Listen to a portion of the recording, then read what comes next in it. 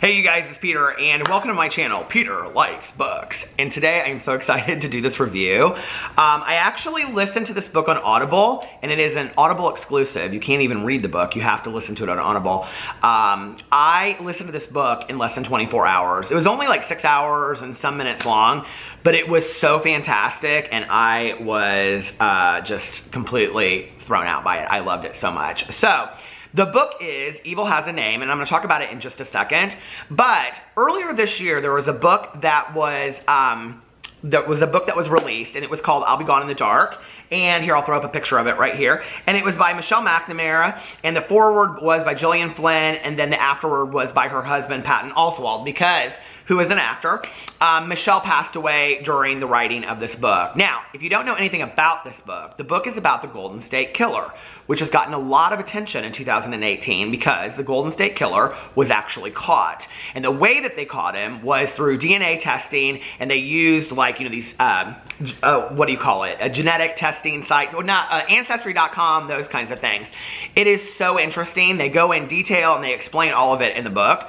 So if you're interested in all of that, you should go check it out. Not to mention that if you like true crime, Peter's Book Club, which is also run by my Vice President, Mel, we have decided that in the year of 2019, we are doing an entire year of true crime. Every month, the book that we pick will be a true crime story, novel. I don't want to say novel because then that implies fiction, and it's not fiction, it's true crime, nonfiction. And the first book that we are reading is A Stranger Beside Me by Anne Rule. That is the book that we are reading for January. So, if you want to join us, come over to the Goodreads group. It's called Peter's Book Club. It's listed below. Or you can just watch the videos along, and I do a live stream, and we have kind of a discussion about it and all that kind of stuff. So anyway, I'll Be Gone in the Dark. Here, I'll put it up here again. One woman's obsessive search for the Golden State Killer. Let me read to you what it's about. Oh man, this is really long here. Okay, a masterful true crime account of the Golden State Killer, the elusive serial rapist turned murderer who terrorized California for over a decade. From Michelle McNamara, the gifted journalist who died tragically while investigating the case. You'll be silent forever, and I'll be gone in the dark. For more than 10 years, a mysterious and violent predator committed 50 sexual assaults in Northern California before moving south, where he perpetrated 10 sadistic murders.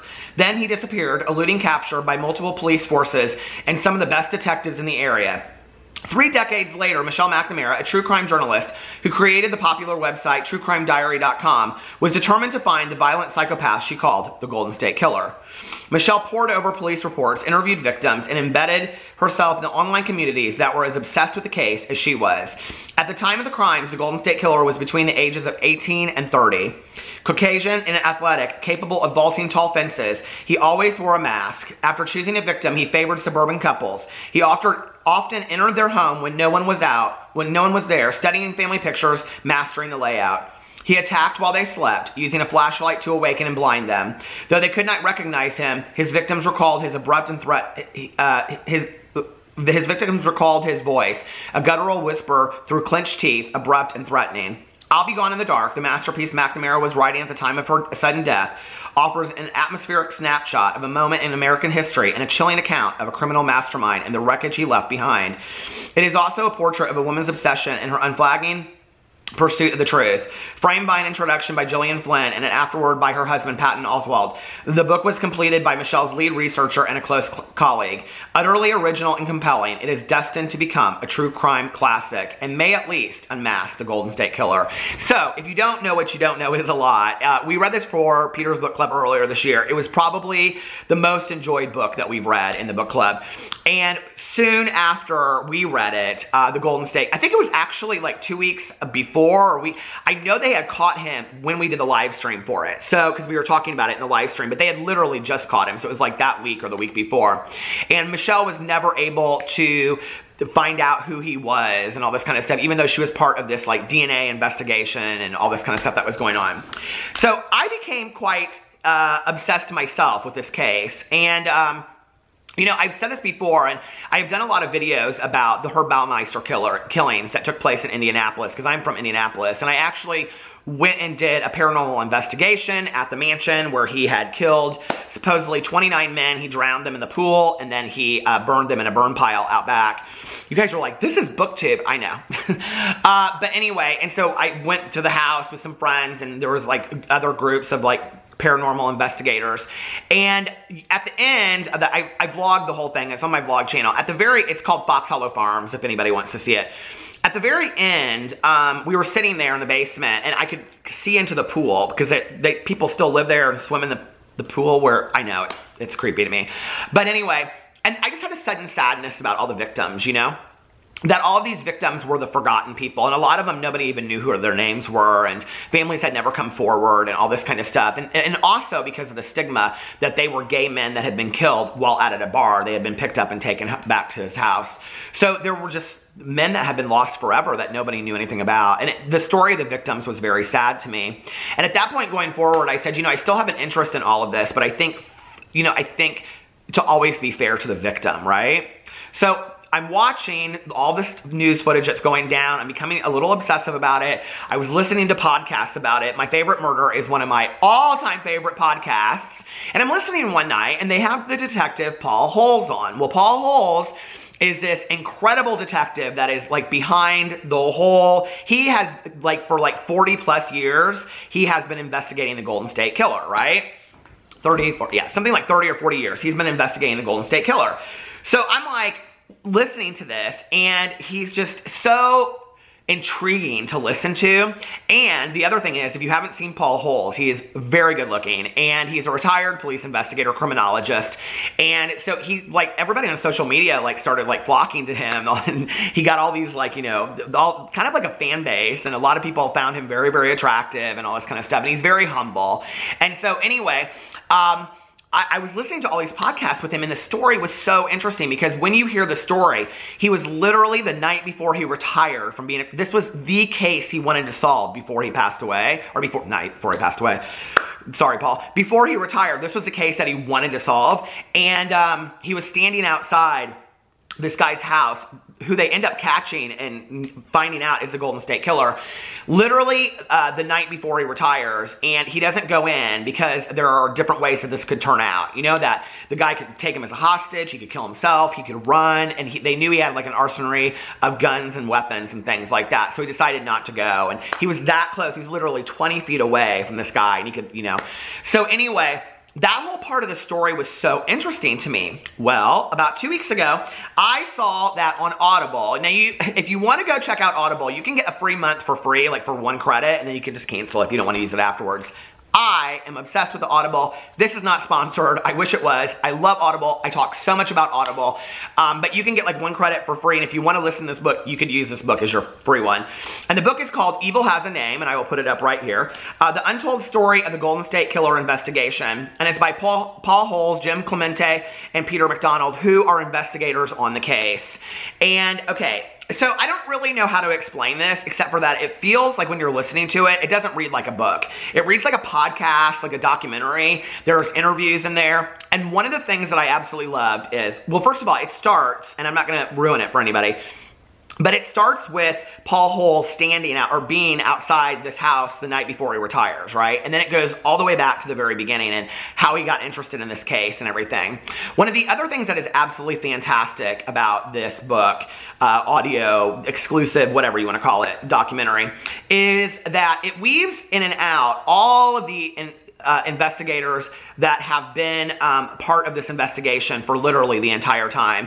And the one woman who's like a really big part of this, I think her name is Carol Daly, and she is a police officer who goes to each of the rapes that happens.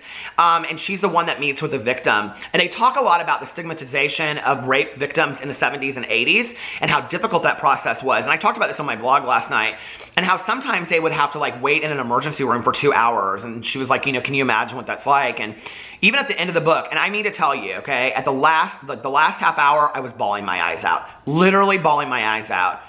Because woven throughout this entire book, and what is so fantastic about it, is not just Paul Holes' story, is not the capture of the Golden State Killer, which you witness and you get to listen to, is not, you know, all the things that I didn't know from just reading I'll Be Gone in the Dark.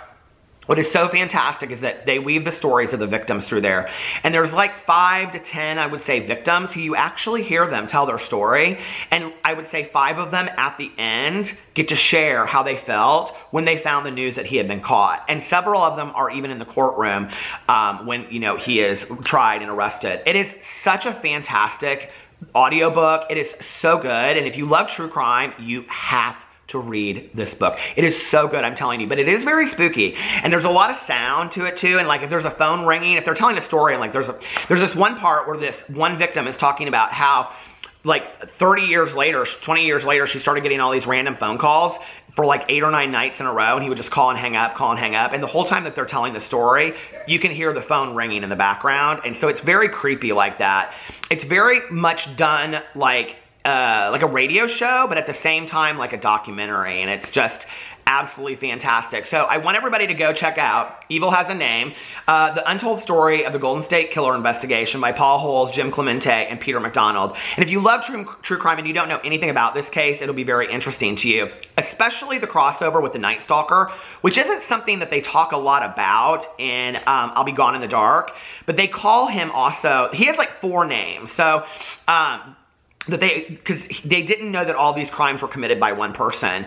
And originally they called him the original Night Stalker because the crimes were similar. And they talk about it at length in there. They also talk about it at length about how the programs like Ancestry.com and all these kinds of things are being used to find serial killers and rapists and things that have never been found before, and how the public is protected by that, so that our information isn't just out there for anybody to use. It's very, very interesting, and they even, at the end, this genealogist, she encourages people to go and take these tests to help find whatever, you know. So they find him like through a 3rd or a 4th cousin, and it's very, very interesting. But before I get off here, I do want to read you the caption about what the book is about, or the synopsis, so you guys can see that it's a little bit different than I'll Be Gone in the Dark. It's very similar in ways, and so if you liked I'll Be Gone in the Dark, you will love what is it? Evil Has a Name. It is so fantastic. And you get to hear Paul Holes tell the whole story, who's the investigator. So, book description. The Golden State Killer, the East Area Rapist, the original Night Stalker, the Visalia Ransacker, the monster who preyed on Californians from 1976 to 1986, was known by many aliases. And while numerous police sketches tried to capture his often masked visage, the Golden State Killer spent more than 40 years, not only faceless but nameless. For his victims, for their families, and for the investigators tasked with finding him, the senselessness and brutality of the Golden State Killer's acts were matched by the powerlessness they felt at failing to uncover his identity. To be sure, the chances of obtaining closure or any form of justice after so many years were slim to none at best. Then, on April 24th, 2018, I mean, this is like just happened this year, authorities arrested 72-year-old Joseph James D'Angelo at his home in Citrus Heights, California, based on DNA evidence linked to the crimes. After a decades-long hunt, a suspect was behind bars. Could it be that evil finally had a name? Delivering all new details about the investigation and a stunning final act to the events of Michelle McNamara's haunting bestseller, I'll Be Gone in the Dark. This is a true story of how the suspected Golden State Killer was captured, as told firsthand by those closest to the case. Paul Holes, a forensic criminologist and retired Costa County detective who spent 20 years trying to crack the Golden State Killer case and finally did. Jim Clemente, who's the host of the show, a retired FBI profiler and former New York City prosecutor who has investigated some of the highest profile criminal cases in U.S. history, including the Unabomber. Please note, this work contains descriptions of violent crime and sexual assault and may not be suitable for all listeners. And I do want to say that before you finish watching this video. They literally say that at every chapter. I mean, there is a warning, trigger warning, before every chapter. Not just the beginning of the book, not just the beginning of the audiobook. Before every chapter, they say that this contains graphic, sexual, and violent nature. So it's not suitable for all audiences, which, you know, I think that's important that they do that. So anyway, if you have read this, let me know what you think in the comment section below. If you haven't read it, go check it out. It's fantastic. It's available, I think, only on Audible, and it is called Evil Has a Name, and it is by Paul Holes and the other investigators. So anyway, I thoroughly enjoyed it, and now I can go on to reading some Christmas books on Audible. So I love you guys, and I will see you tomorrow. Bye.